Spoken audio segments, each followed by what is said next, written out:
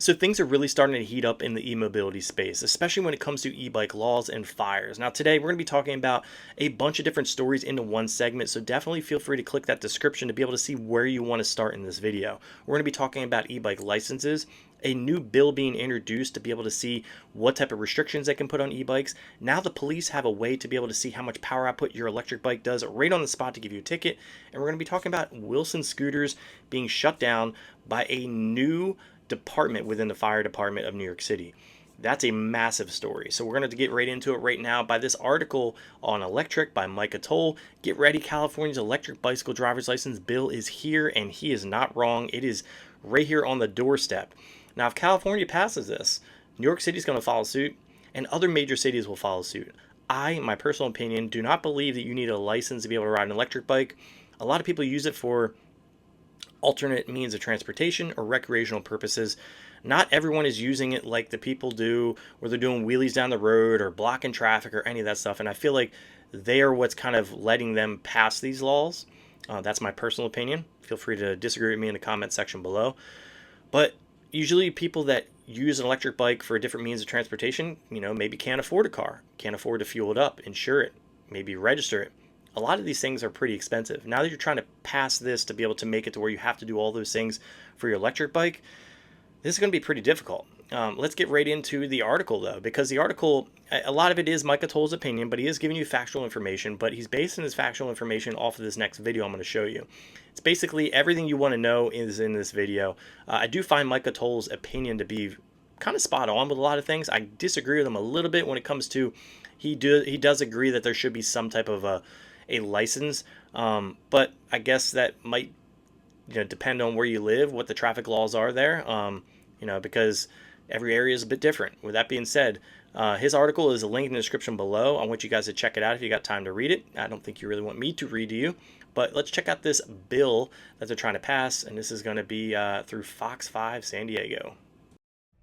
A local assembly member has introduced a bill to increase safety for e-bike riders and those who share the road with them. Yeah, this comes after a series of injuries and deaths on local streets. Our Christelle Kumwe joins us from Solana Beach tonight with more on this bill. Christelle, good evening.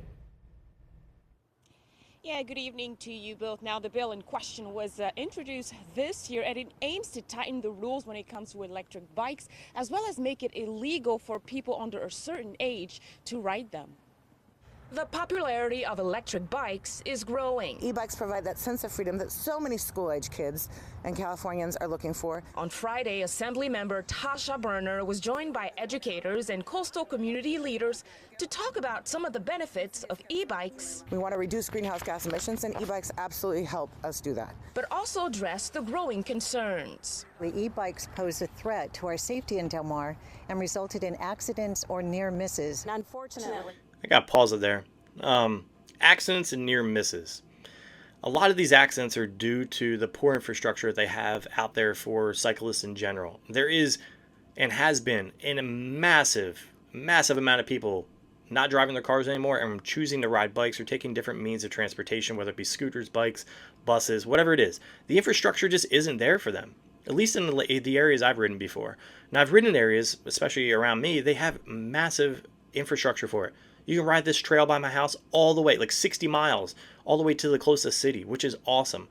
And I think that if they took this funding, effort, everything, and kind of put it towards that direction, they really would, a lot of people would vote yes on that. I would vote yes on that. I don't want to vote yes on passing a bill to make it harder for somebody to own a bike. When it comes to registering your bike, registering your car, if you go to your local DMV, you have to go in there and flip your lights, test your brakes, test all that. How are they going to do that? How are they going to do that to register your bike?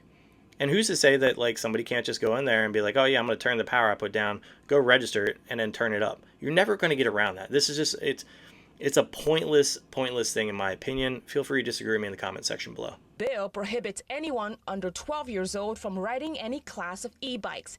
Anyone over the age of 12 without a driver's license need to take an e-bike safety training course and pass an online written test. They would also need a state-issued ID in order to operate an e-bike, and first-time violators would get community service instead of a ticket or fine. Carlsbad was the first city in the region to implement local e-bike safety laws. Carlsbad Mayor Keith Blackburn expressed his support for the bill. We've witnessed the devastation of traffic fatalities firsthand. I mean, like I said, a lot of these traffic fatalities are because the drivers are not paying attention. I can guarantee you that, let's just say, more than 50% of these aren't people riding a Surron or a Talaria in the middle of the road doing wheelies and getting hit and killed. They wouldn't be trying to push through legislation like this if that was the case. I do feel bad that this happens. It's terrible. But it's usually happening because of inattentive drivers, period. I also think that electric bikes are now the new, I hate to say it, but I got to, because times change, right? It is the new BMX bike and skateboard that you would have in your neighborhood. It's the way to get kids out. It is. When I was younger, we had our BMX bikes, our skateboards. Some people rode rollerblades. We went out in the neighborhood. We talked trash. We set up kicker ramps, and we had fun.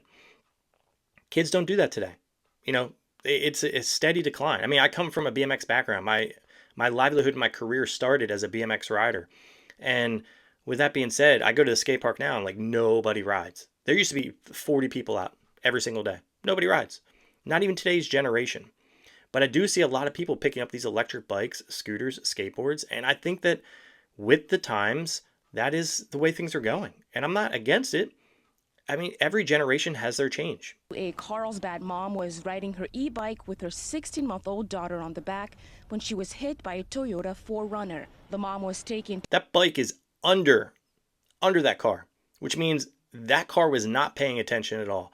And me being a parent, I can tell you right now, and I will take the side of that mother that got ran over.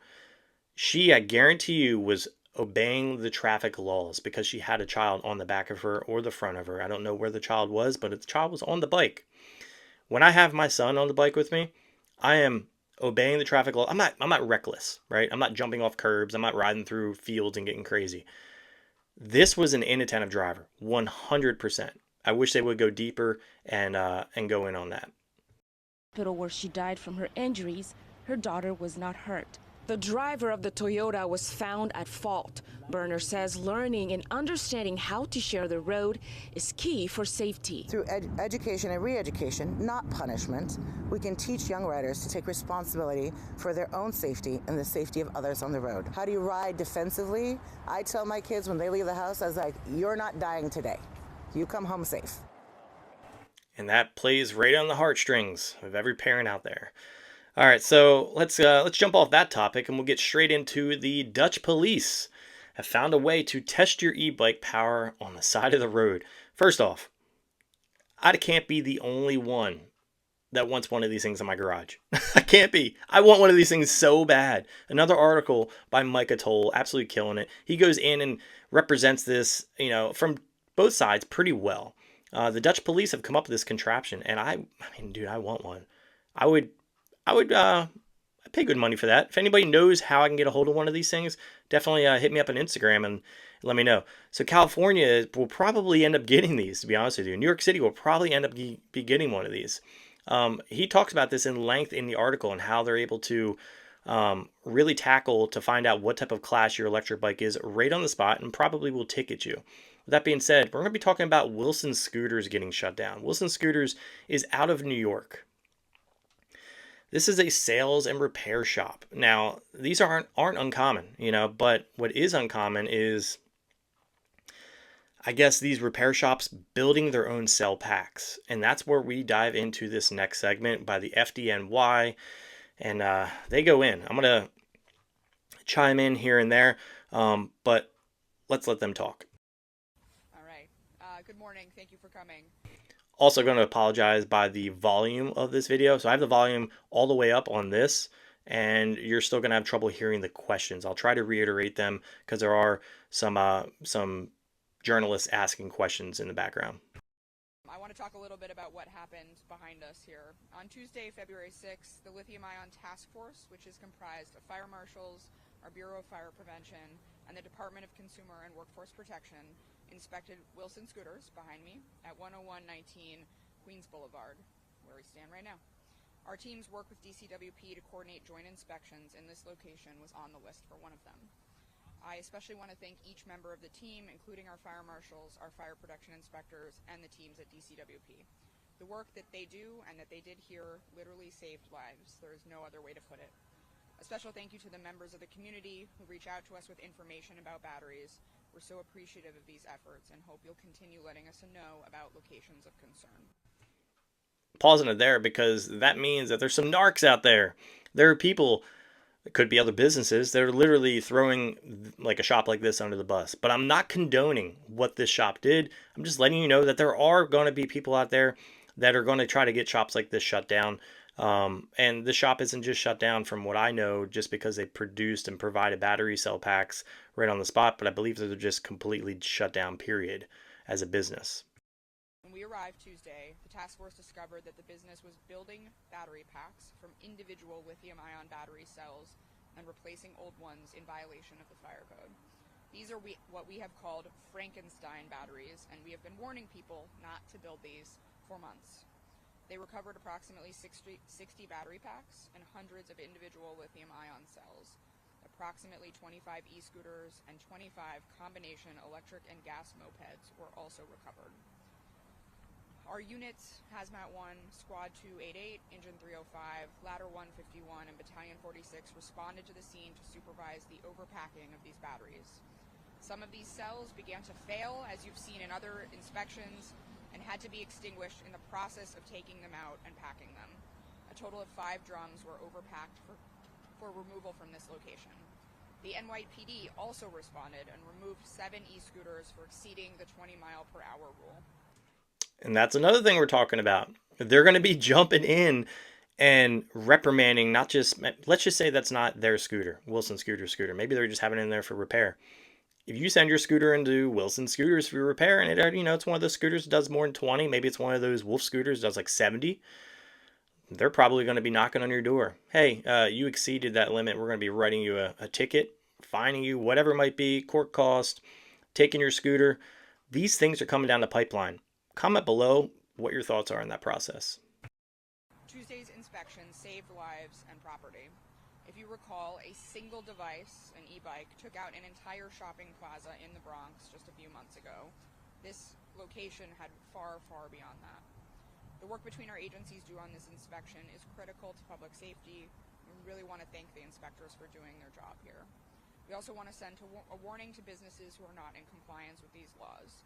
This is incredibly dangerous, and we will find you, and we will enforce these laws to make sure that New Yorkers and our members of the fire department are safe. This inspection is proof that we mean it.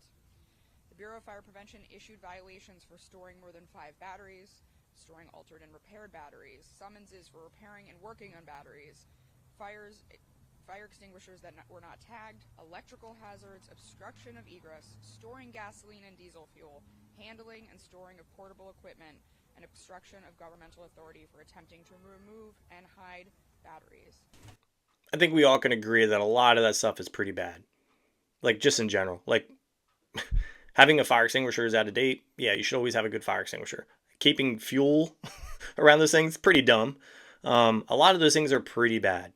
But like I said, this task force is going to be making waves in New York City.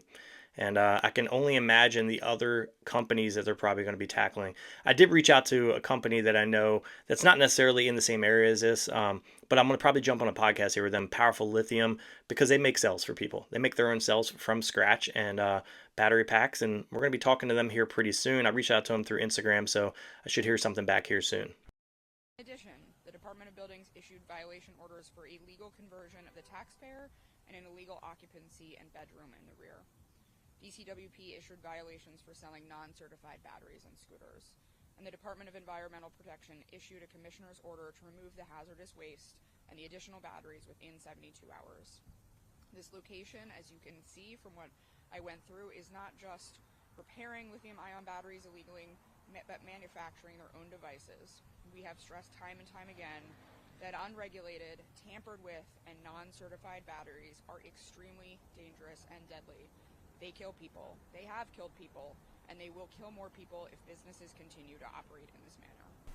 Fear tactic. I wish that they could just be a little bit, their delivery could be a little bit different there, but they're doing that on purpose. Just always note that when you're watching the news or hearing something like this, formulate your own opinion. Don't let their opinion be projected onto you. It is bad that these companies are making cells if they're not certified to do so. So I don't condone that. But if you're going to buy a battery pack or buy a bike that has a powerful battery, make sure that it has a UL certification. Those are, you know, in my opinion, mandatory when I buy a bike these days. I hope this message to other businesses that are operating like this will be that we will find you and we will shut you down, and that what you're doing is dangerous. Told you, they're coming. They're coming for you. With that, I'd like to introduce the DCWP, Commissioner Mayuga. Good morning, everyone. Thank you so much, Commissioner Kavanagh. I'm Vilda Vera Mayuga, Commissioner of the New York City Department of Consumer and Worker Protection. As Commissioner Kavanagh just highlighted, uncertified devices pose a major threat for our city. But through this amazing collaboration we've been having between DCWP and the Fire Department, we continue to further the work of the city to keep New Yorkers safe and protected from the dangers of uncertified lithium-ion batteries. DCWP enforcement staff work to proactively identify businesses that we suspect might be engaging in dangerous activities. And in this case, our Deputy Director of Operations, Vanessa, came across Wilson Scooters, which was advertising itself as a battery factory. DCWP charged Wilson Scooters with 31 counts of violating the micromobility safety laws that DCWP enforces, including selling uncertified lithium-ion batteries and mobility devices that use them. I have a prediction that they're probably going to lose their business license if they haven't already. Bear in mind right now, if you're wearing headphones, the audio is going to get pretty high here. I'm probably going to fast forward in certain sections because of a police vehicle driving by.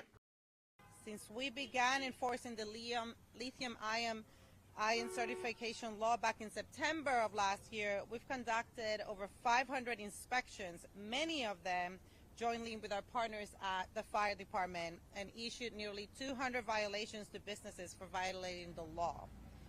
We do strive to build a culture of compliance with our city's laws, but we will certainly not hesitate to take action against businesses that threaten the health and safety of our neighbors.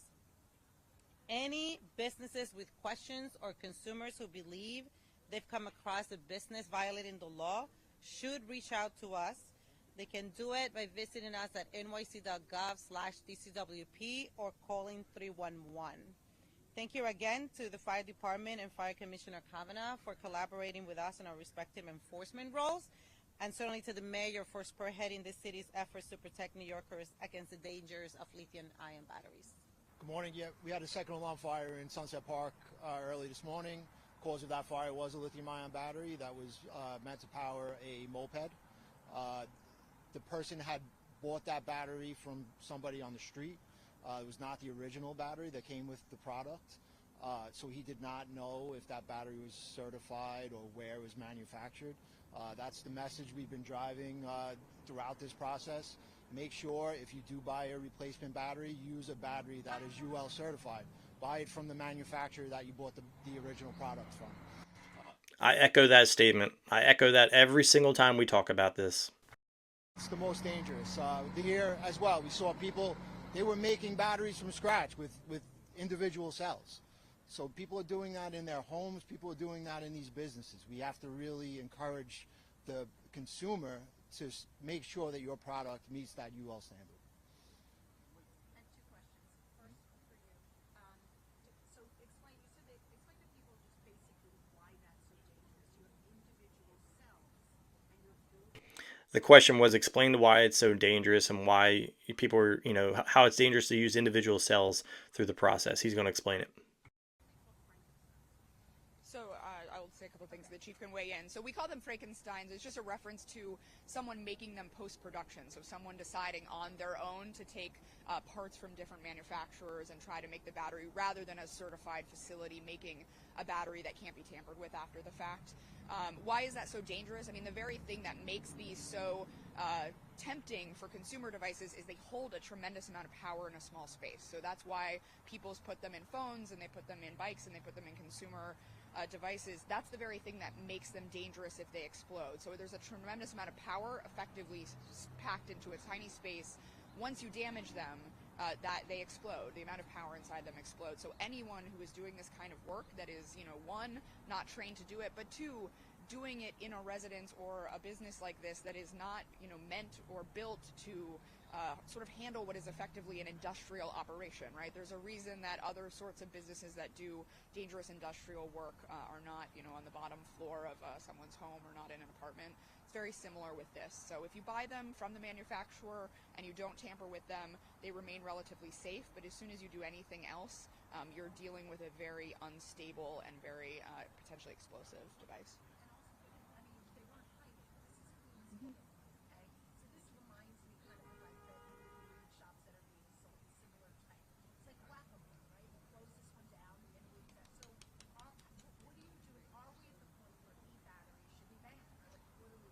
Yeah, I'd say two things. One, we were having that conversation about a ban with the mayor's office and the city council. The trickiest part of that is these are happening mostly in residences still. And so we're talking about how do you enforce... There's the question. They're trying to enforce a ban on these packs, period. How do you enforce it?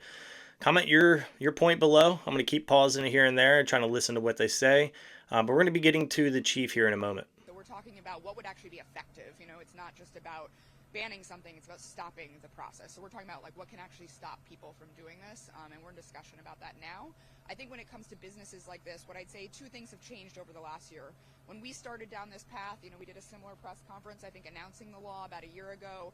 We were trying to get businesses into compliance, and we came across a lot of businesses that did come into compliance. They weren't aware this was dangerous. They either shut down or they began operating safely.